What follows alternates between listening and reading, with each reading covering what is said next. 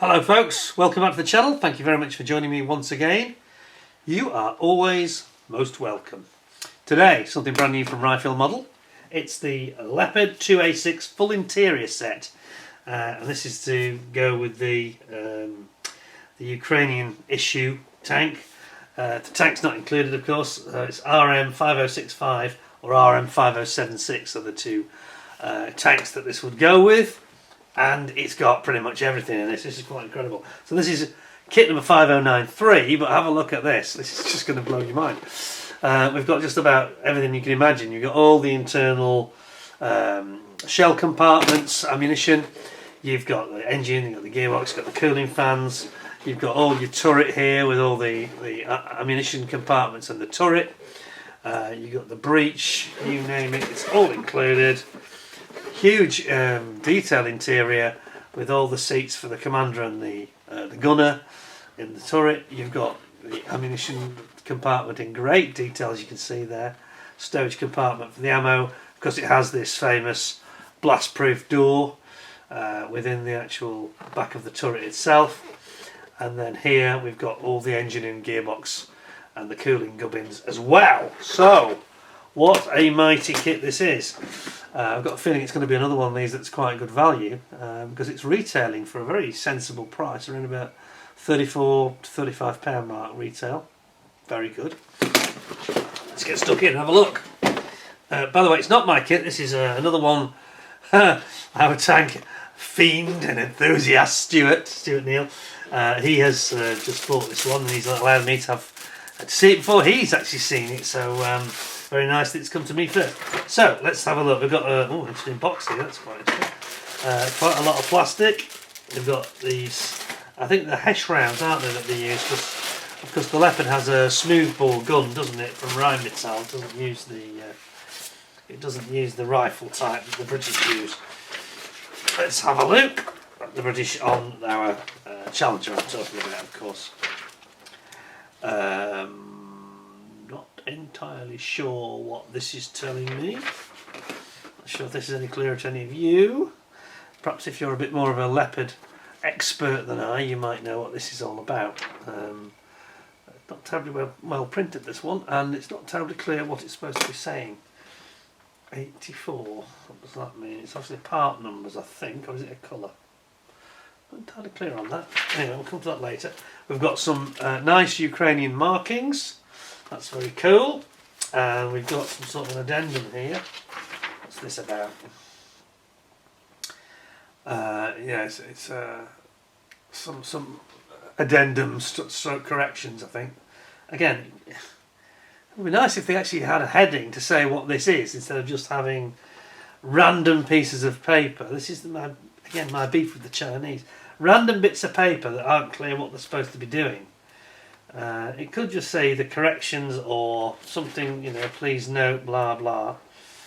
It's actually dated 2023, but it has just come through and it is brand new, this kit. I'm going to start off looking at the decals because they look very interesting. We've also got some photo etch here. So we'll have a look at that as well, why not? There we go. So that's your grill, photo etch for the grills. Whoops. Try not to get the light on it. There we go. Those are nice, aren't they? Nice, they tend to have very nice photo etch Ryefield. It tends to be quite thin as well.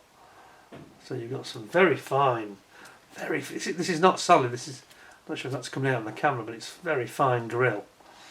And then on the decal side, on the side, we have got these Ukrainian markings, because it's one of the variants that's been used in the current conflict. Here they are.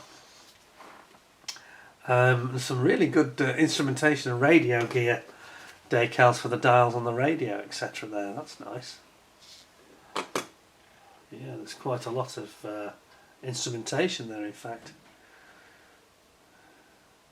Yeah, cool. And got the Ukrainian white crosses and their national flag as well. So far so good. That's looking pretty smart, I've got to say. I wonder, I know somebody that's got that 2A6 tank. I wonder if he'll be impressed by this. I think he might be. Somebody else I know has got one. This is definitely a good review for him to watch. Right, so before we get into the plastic, this is a really this is going to be a big build. I think this is, oh my lord, this really goes on and on and on. Anyway, it's got colour call out on the back. Strange when you haven't got a whole tank and they've got colour call outs, but let's have a little zoom in and look at this. I'm going to try and keep this brief because I don't want this to drag on for hours. But they are helpful in that they have these colour photographs showing what the internal colours should be like, and that's what you really need, and that's where it comes into its own. The external stuff kind of meaningless for this particular kit. But yes, this is very, very helpful. So it shows the back of the tank, then it shows more detail on the front, showing your shells. I think there's a Hesh rounds, aren't there, that have the protruding piece. High explosive shape charge. And then you've got real good detail. This is really almost wing nut wings like, actually, in fairness. Real colours of the actual internals for the turret and what it should look like. Yeah, that's very interesting. It's got like a folding seat, hasn't it? Put this seat on. Fold away seat. And then again, real detail. It's got the gun breech down here. Good detail of that as well. Shows the colours. Gives you an idea what it should all look like. All the radio gear there. Just going a little bit closer. All the radio gear. And then you've got your ammunition stowage area. This is in the turret itself. Seen from the back, seen from the front, or rather seen from the outside, seen from the inside. Very helpful. Yeah, I like this. They've done that well, actually, in all fairness. This is a little bit better, as they're not very good at talking in English, but at least we've got really clear photographs, basically, or I suspect they're actually CAD renders, but they look like photos, don't they? Engine and gearbox here. Yeah, that's very impressive, actually. See, I really want to know about this. I want them to tell me about the engine and the gearbox, and there's nothing to tell us that. Ryefield just don't do it, you know? It's just annoying to me. It's just annoying to me. Yes, I know that these are very well priced. Say £34 for this kit seems a bargain again. But I just wish they'd just charge another £5 and do it properly, you know what I mean? Rant over. Anyway, here's the sprue map guide here. Now this just to illustrate my point, just look at the sheer number of sprues here. I mean, it's terrifying, isn't it? Absolutely scary, scary stuff. Is that showing? It seems to be showing the sprues for the tank as well, which I find a little bit confusing. Anyway, we'll ignore that and we'll just crack on. So you end up basically building up your lower hull sides with all the shock absorbers and the dampers and shock absorbers all at the side. Loads of parts going in on the outside and on the inside of that assembly. Some areas that you mustn't glue because they've got it in red, obviously. You still have this very strange symbol, which I don't think is a particularly good one. I think having it in red is probably helpful. That red bit telling you not to put any glue on there. And then over here we've got, again, more dampers and suspension equipment on the other side. I'm not even going to pretend I know what all these parts are because it's just mind-boggling, really. But basically we've got like there's a pressure gauge there with the look of it. Looks like a sort of torsion bar control unit, and then they're going to build up the floor inside your tank, and it's the inner plating. I think it's actually protective armour plating, to be honest. And then you've got some of the running gear.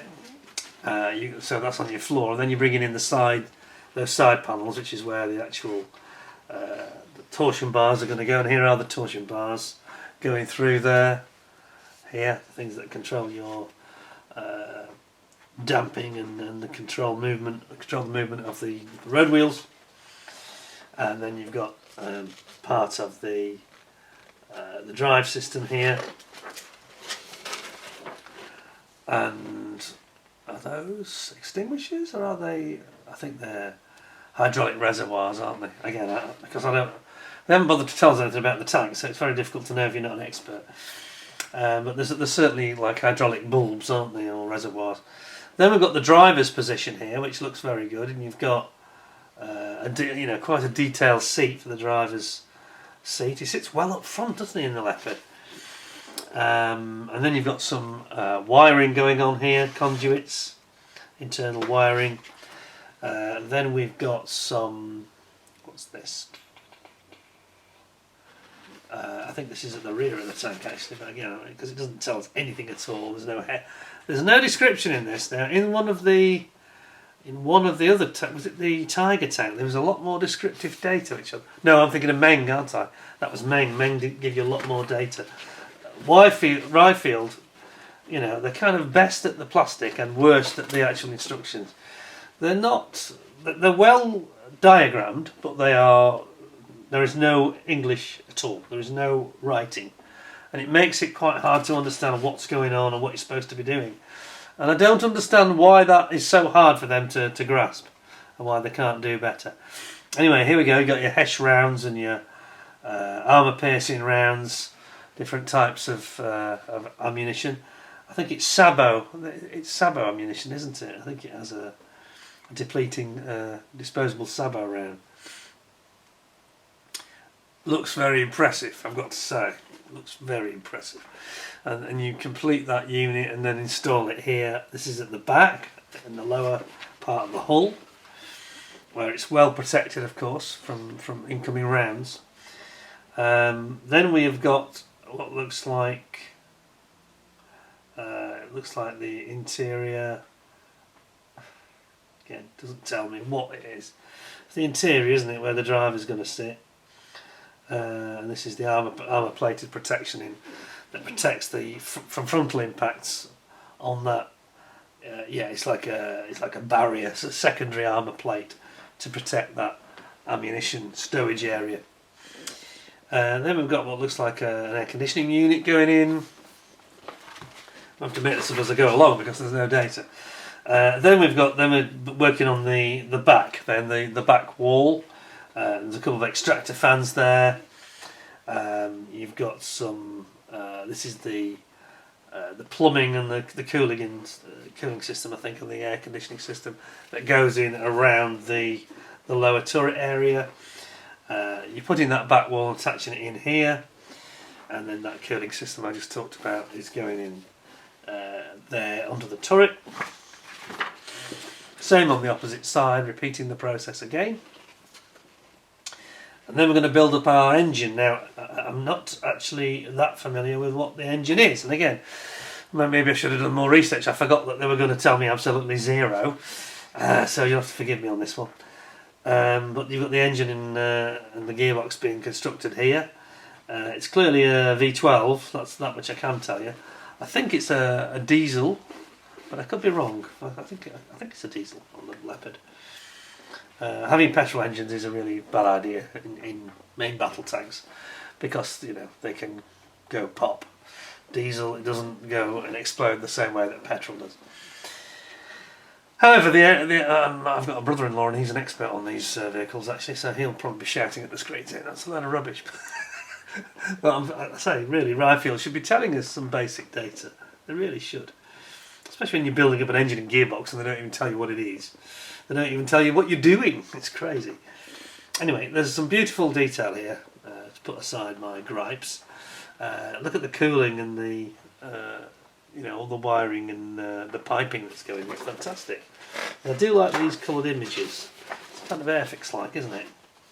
Then we've got various elements of, looks like it's the gearbox, I think. I think they use a double clutch pre-selector gearbox, but I'm not quite sure. And then you've got cooling. Oh no, I'm wrong, it's not the gearbox, it's a cooling system, isn't it? Air filters, in fact. Air filters, I'm sure it is. Putting your filters in, then you've got all these pipes and conduits going in. Now we're doing the gearbox. This is definitely the gearbox, isn't it? There's a clutch plate, I think, there. Is that the clutch? Or is it just the final drive? Final drive, actually. And then you've got these huge, great cooling fan systems here that are going to be on top of the main engine gearbox. And you can see the gearbox just bolts straight onto the back of the engine there. A bit like a Formula 1 car, isn't it, really?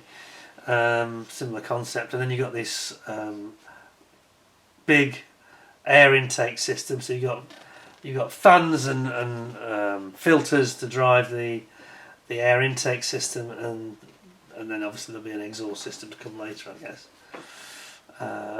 Is that the exhaust? Looks like it's turbocharged, isn't it? Again, it's not made clear, any of this. Hard to fathom your way through this if you don't know much about it like me.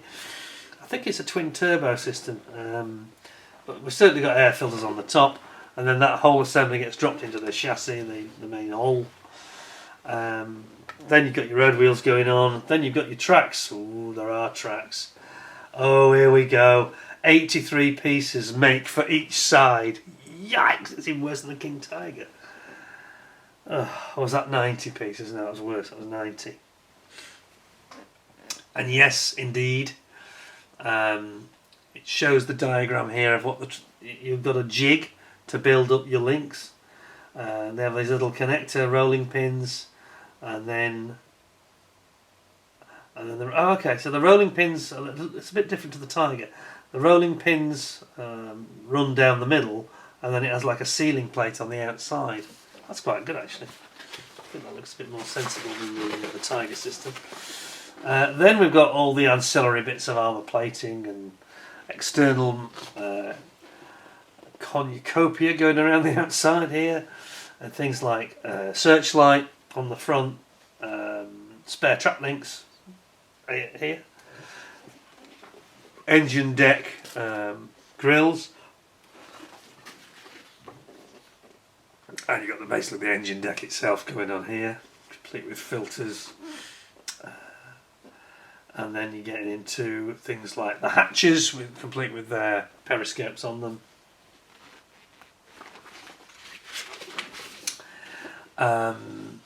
Yep, you've got the forward and the sort of front and rear engine deck area, and you've got all sorts of periscopes going in on the internal faces, obviously. And then you've got things like the tools, external tools going on, spades, barrel cleaning tools, etc. And then finally you're going to, there's a couple of hatches on the side as well, isn't there, of the main top engine deck, and then, the top hull deck, I should say. And then finally you bring that top hull deck down onto the main hull and attach. And then we're getting into the ERA, the explosive reactive armour, I think it is. Yeah, am I right? I think I am. I think it's the ERA boxes. And they're going to go over, form like a skirt over the top of the tracks to protect them. They actually have folding skirts as well on top. It would seem. And here you go, an example of it there. Then you got your towing cables that have got to go in here, and you've got your aerials, which I think. Do you have to make your own? Again, I've got a bad feeling you've got to make your own because it's not clear, is it? What do they mean? Is that a part or not? I don't think it's a part. I think you've got to do some sprue burning again. Then you're going to start on the turret itself. You're going to start with the internal hatching of the turret, internal sealing, as it were, of the turret. And then you've got to put in all of your periscopes for visibility. And then you're going to put in the hatches, complete with their locking system. And then we're going to go into the lining of the hatch, of the turret, I should say. All the turret lining and all the internal controls, the radio gear, and fire control systems, quite a lot of electronic systems in this tank. And again, on the other side, more communications, communication system, and the gun fire control system. And you're starting to build up the breach, in fact, so that we know that's what it is. You've got your recoil suppression system going in there. Big old breach, isn't it, on this one? Is it 150mm cannon on this? I think it is. It's a big one. Again, it would be nice if they told us, wouldn't it? Really, come on. You've got a machine gun, I think, going in as well. It's that MG43, I think it will be, or whatever the NATO current version of it is. Building up your basic bridge for the cannon there, fitting that in, and this is the real business end of the tank, isn't it? And there you go. You've built your breach area for where the gunner will operate all these systems from. And then we're getting some photo etch. Some photo etch areas which are... I think this is for some of the plating that goes to protect the breach area and the internal sides of it. Lots of looks like hydraulic systems going in here with hydraulic piping. Then you've got the actual rotator ring itself for the actual turret mounting where it rotates. Electrically powered turret, and you've got the electrical powering system you can see there. Yeah, more gubbins associated with that. I'm not exactly sure what it is, but it looks like a control unit. It's like a guessing game, isn't it? It's not very satisfactory, this. I mean, it looks amazing, but for goodness sake, get writing some English details, for God's sake. It's ridiculous. I just get cross with it, really. This is Ryefield's biggest problem. If they would stop doing this nonsense and do it properly, they'd be one of the best manufacturers in the world. It's so easy. It's ridiculous. Shortcutting, and it just creates a confusion. It makes it hard work. It puts people off. Come on, do your job properly. Okay, rant over. Right, we've got some more ammunition here. High explosive rounds going in. This is going at the back right, I think it is, of the turret, isn't it? Back right, back left. Back left, sorry. You can see how impressive it all looks. You've got decals on the back of the rounds, and then you've got your the basket system, I think, for collecting and ejecting the spent shells. That goes in here. Then you're going to have your area where your actual commander and the gunner are going to sit here.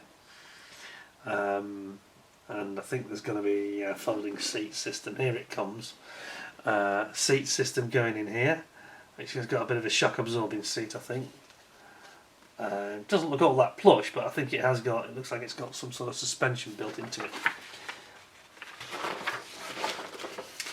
And then it's all in like a cage system, isn't it? All the way around. So that I think the idea of this is, in case they do take an high explosive shell round, it protects the crew, another layer of protection on the inside in case a lump of the internal armour comes off. I think the idea here is to protect them. Surrounds them, you can see it over here, it surrounds them with this cage. Which we clearly don't get on the Soviet tanks that we see coming a cropper every day. Over here you've got the actual choose the artillery activity not assembled. What does that mean in English? Choose the artillery activity not assembled. The K11 part. What do you mean? I think they mean decide whether it's firing or loading, I think is what they mean.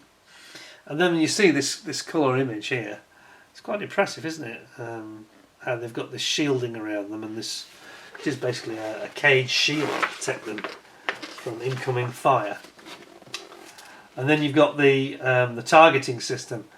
You've got like an infrared camera for the weapons targeting, night and daytime use, and then you've got this. It's just very advanced, isn't it? It's not like what we're seeing from the opposition on the battlefield in Ukraine, for example.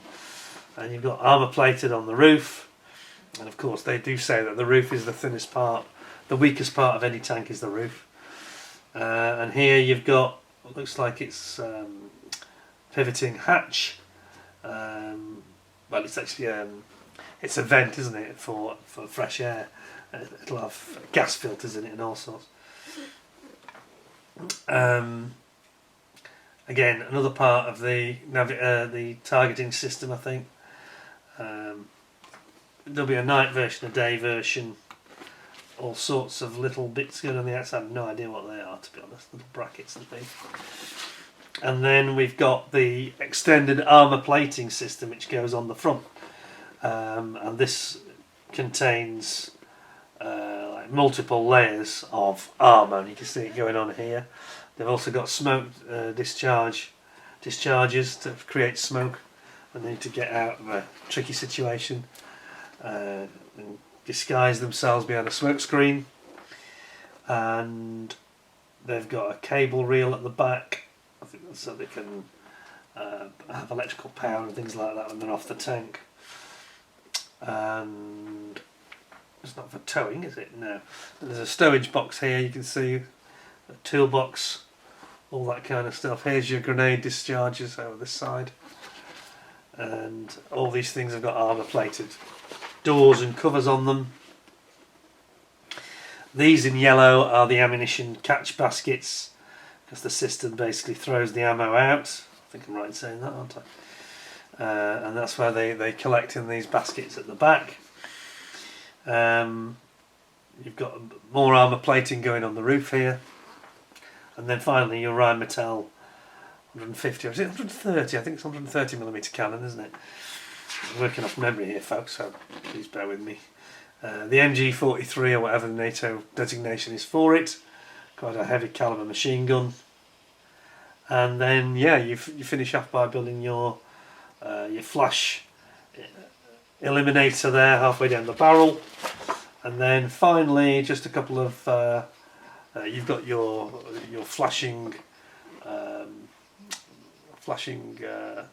high visibility beacon. When it's on the road they often use these in peacetime. And then that's it, you've got this enormous great turret with this safety shield inside it, this for the crew, and it goes straight into the main hull, and you're finished. Wow, that was a marathon, wasn't it? It really was. That was made ridiculously hard simply because there's no writing to tell you anything at all. It just drives me mad. Listen, men can do it. Why can't Ryefield? I'm not impressed with that at all. Just annoys me, especially when you've got something that's super high detail like this. They need to pull their finger out and do a better job than that. It's just not good enough, you know. It's the same on the Challenger, I think. You know, they just annoys me. It's pointless. It makes it hard work and irritating. And it needn't be. They're doing such a fine job with the plastic. Why can't they do the easy bit? It's lazy. They must be. Right. Okay. Rant over. Let's get into the plastic. It'll cheer me up like it always does. Yeah. Okay. Forgiven. Not really. You can't really forgive them. Just charge another £5, you know, and get some interpreter to do some writing. For goodness sake. It's not that difficult, is it? So we've got, I'm not even going to attempt to tell you what these parts are. I'm just going to let you look at them because there's so many parts. It's mind-boggling, really, isn't it? But I'm not entirely clear why they put this in a separate box. But look at some of the slide moulding that's gone on here. This is quite impressive, isn't it? Look at that. I like that. Yeah, there's some really nice stuff been done here. And again, at the end, and these very small parts, also slide moulded. Can you see that? The way they've got the bridge coming up. It's always an indicator they've slide moulded something. And you've got some hollow components there. Don't ask me what they are, but they are very impressive. Yeah, I like it. That's a nice start. Excellent. Put that back in its box. It seems to be an afterthought, that box. I'm not quite sure what that's about. Then we have got... I've got to be careful not to be giving you blank screen at the same time, not being just zooming in and out all the time. Tell you what, let's go to this one, because this has got multiple parts. Multiple screws, I should say. Okay, so it's got some of your high explosive rounds here. Your actual ammunition. I think that's a hash round, isn't it? What it does when it hits as a disposable saber, and when it hits this penetrator here, it's more like a trigger really, and that activates the high explosive heat charge, and the round sort of detonates and then explodes and penetrates into the vehicle, the tank or whatever. Nasty. You don't want to be on the receiving end of one of those, I can tell you that for sure. Yeah. Wow, look at all that. Fantastic detail there. Yeah. Very, very nice. That's that one. There's two of those, two identical sprues of it. So,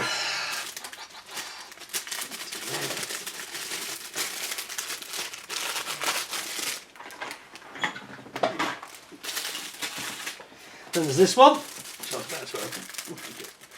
I mean, this is just the interior set. This isn't the tank itself. It's incredible, isn't it, really? Here we have got,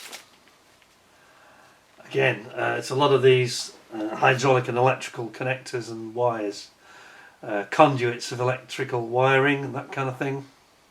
And check that out, that's amazing. Going into, like here, going into a control box, I mean, some beautiful moulding there to achieve stuff like this. Incredible.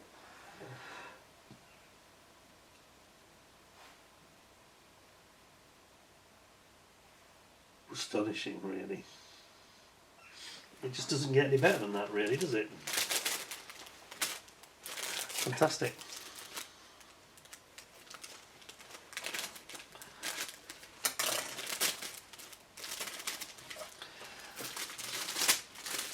So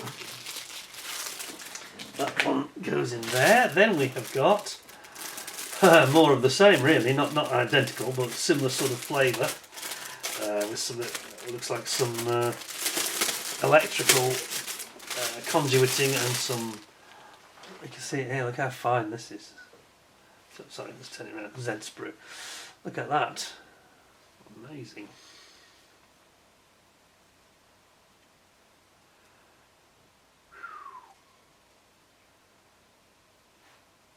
I mean, in fairness to Ryefield, although they annoy me on, because they don't do the simple things, they do everything, all the complicated stuff they do fantastically well.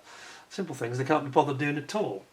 But just look at the quality of this. I mean, you just don't see better, do you? Look at the seat. That's incredible, isn't it? It's fantastic. Really nice. Yes, I like that. A lot. That one.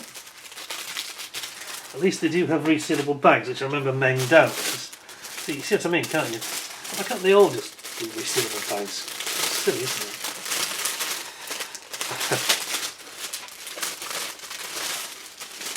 it? Now then. Okay, we've got the main turret here. And you've got the turret ring. If you look carefully, if I zoom you back in, you'll get this. That's fantastic, isn't it? Look at the teeth on the ring. Absolutely stellar, that is. And you've got your smoke discharges here. It's nice.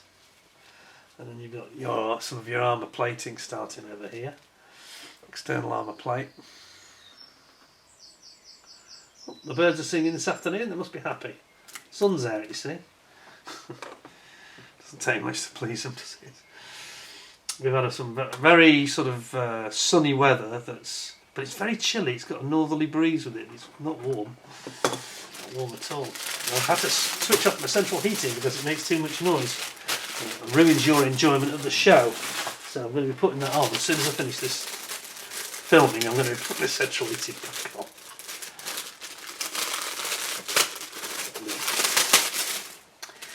What have we here? It's just mind-boggling, isn't it? It does give me a bit of a headache, this. You know, it's not, I mean, I love looking at it, but the idea of building it, just, you're going to have to be so highly organised not to lose the parts. You're going to have a system of, having receptacles in which to keep them, or boxes or something. And you don't really want to cut them off the sprue until it's time, because just look at the number of these tiny, tiny parts. I can understand when people say to me, they look at these sometimes, and some of you are very experienced models that are saying this, like me, and you say, oh, it's not for me, Pete, thanks very much, it looks fantastic, but God almighty. A, my eyes won't cope with it, and B, my brain can't cope with it either. And I can understand why people say that. I think that's the way I feel, really. But it's not a criticism, you know. I think it's something to be admired, really. I mean, look at this. You've got the seat here, there, seat, and, you know, plenty of detail, plenty of detail. Oh, gosh. It's plastic that just keeps on coming, isn't it, really, you know? There's no end to it with these interior kits. A little bit scary. Over here we've got our the main chassis, basically, for the Leopard.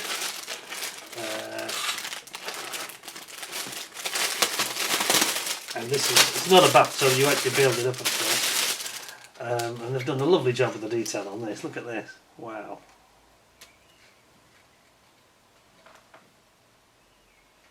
Yeah, that's nice. Spin it around, see F. But yeah, they've got some really good detail there. And then you've just got this, you have this armour plated, extra armour plating, which is why it's fluted. Makes it stronger. All this armour plating underneath. That's that one. That's quite impressive. It's got to be said. I'm quite lucky today. It's quieter than normal, although you can hear the birds singing. There's not much else going on because my neighbours all seem to be either away or at work, or there's less of them. Several of them are away, and it's much quieter than we normally expect. So I'm not getting the sound of deliveries and vehicles like we normally do. It's always good. That's that one. Just 3 bags left, but we've got a lot of detail in these 3 bags. So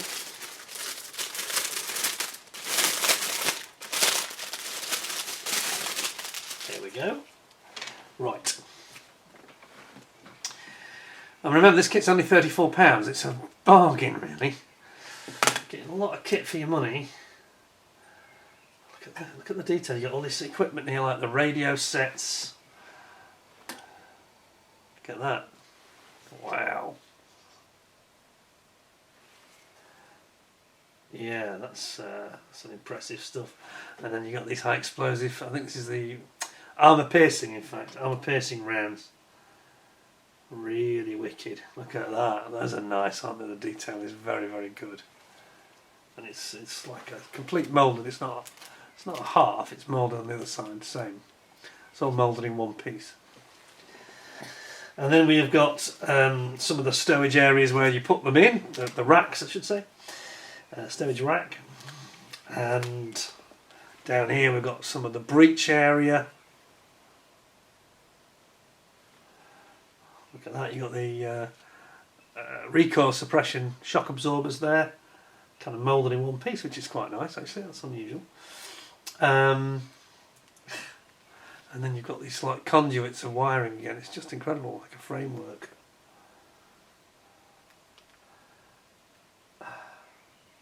Got the turret floor here. Check this out. With the hatched area for grip for stepping on, you know. That's amazing. And then I say you've got the main breech here. And then, as I said, you've got your armour piercing rounds.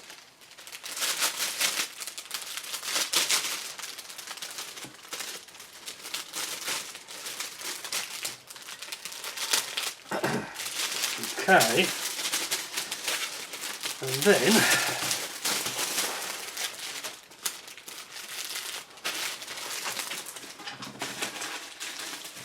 on this one, just 2 left. I'm going to see a lot more of these different types of ammunition now. Check this out. Wow. So we've got, you can see the 2 different types of ammo there. I think it's high explosive on the right and the HESH shape charge type on the left. Well, I say HESH. Yeah, I think that's armour piercing on the right and It's a Sabo, isn't it? Sabo type. And a Hesh on the left. I think. I'm not claiming to be the greatest expert, but yeah. And they've got this sort of area where you've got them already stashed away, and they've got pre-moulded in one piece. Isn't that fantastic? That's really good, actually. And over here you've got some of the areas where you've got turret, armour plating, and the internal, see the fan there, like a cooling fan. Amazing. Here you've got those bulbs that look like they are hydraulic containers. And then over here you've got some of the ammunition storage area. And of course they poke through here. Absolutely brilliant. You've got some radio equipment there. It's very sharply moulded, isn't it? Really good. Here you've got the actual two types of warhead. The ammo that where you have it just poking out. You don't see the whole of the length of the round. That's a really good sprue, that is. Fantastic.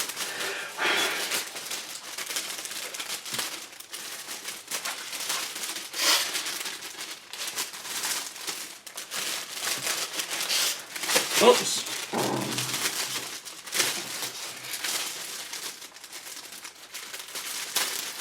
I mean, this is kind of literally from a different century, isn't it? Almost to the Soviet T-72 tanks. You know, it's absolutely incredible. So I know I'm not zooming back. I'm just trying to keep a consistency here. This is the last bag, in fact. So here we go. Here we are. So here we got our engine, which I was cursing them, wasn't I? Because they don't really tell us what it is. I don't think it's a Maybach. It's probably a Daimler-Benz engine, actually, or possibly a BMW engine. Not quite sure. Please shout up because I don't know. V12 though we know. I think it's a V12 diesel. I think that's what we have here. Here you've got the engine cooling fan area, the top of the deck on top of the engine, and this is all engine and gearbox here. Yeah, I think these are exhausts. In fact, they come out of the twin turbos, didn't they? So I think that's what we've got there. It's annoying to me because I'm a bit of an expert on Formula 1 engines, but on tanks I've got not a clue really. It's not my area. Yeah, there are twin turbos. I was right. There they are. Look. Yeah, I didn't think I imagined it. They're right here. See the twin turbochargers there. Yeah. So yeah, that makes me believe that these are then part of the trunking for the exhaust, because they come out of there. But look at this, the detail there. It's beautifully figured, and the sharpness of these parts is as good as anything you'll ever see in injection moulding in the current era. Just breathtaking, really. It's beautiful work, isn't it?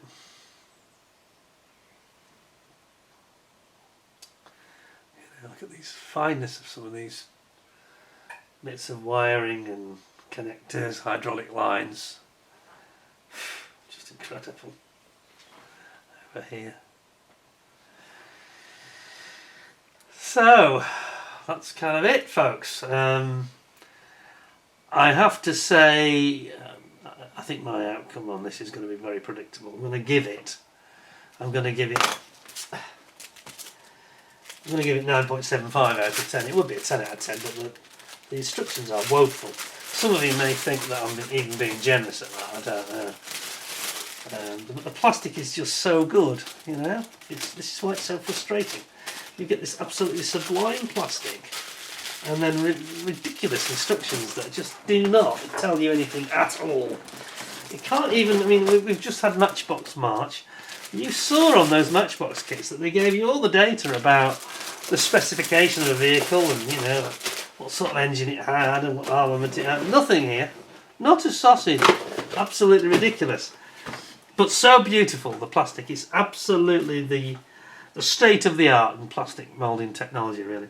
So it's 9.75 out of 10. It would have been 10 if they just bothered to do proper instructions with some history, descriptive data, instead of leaving you to guess. And we know excuse me, we know that men can do it, so I don't see any reason why Ryefield can't. It just frustrates me, it really does. Border, they're even worse. Jeez. Not good, and they need to work on it. You know, that's the very latest kit from them, and they still can't be bothered to do that. So they need to be called out for it. I'm sorry, I'm not going to give them 10 out of 10 when they don't deserve it. And they are so close to 10 out of 10. They do everything that's really hard so beautifully well, and then they can't do the most basic thing. Can't be bothered. So there we go. And breathe. I think you'll understand where I'm coming from, won't you? Anyway, thanks very much for watching. I hope you'll give me 10, a full 10 out of 10 with a like. I hope you thought that was interesting. Thank you very much for Stewart for letting me do this review before you've even had the product. Sent it to me directly. Very nice of him. I think that is a very admirable. It's a very good package in terms of value for money. £34. That's a hell of a kit for £34. Nothing to beat it at the present time, really, is there? No way. And it will keep you busy for months, quite frankly. And as I said earlier, beware the carpet monster, because it's going to get you. Anyway, thank you very much for joining me. I hope you found that interesting. Do stick around. There'll be plenty more coming up in the not too distant future. Till next time, thanks very much for all your time. Look after yourselves, take care, stay well, stay safe, and I'll see you again in the not too distant future. In the meantime, thanks a lot, and bye for now.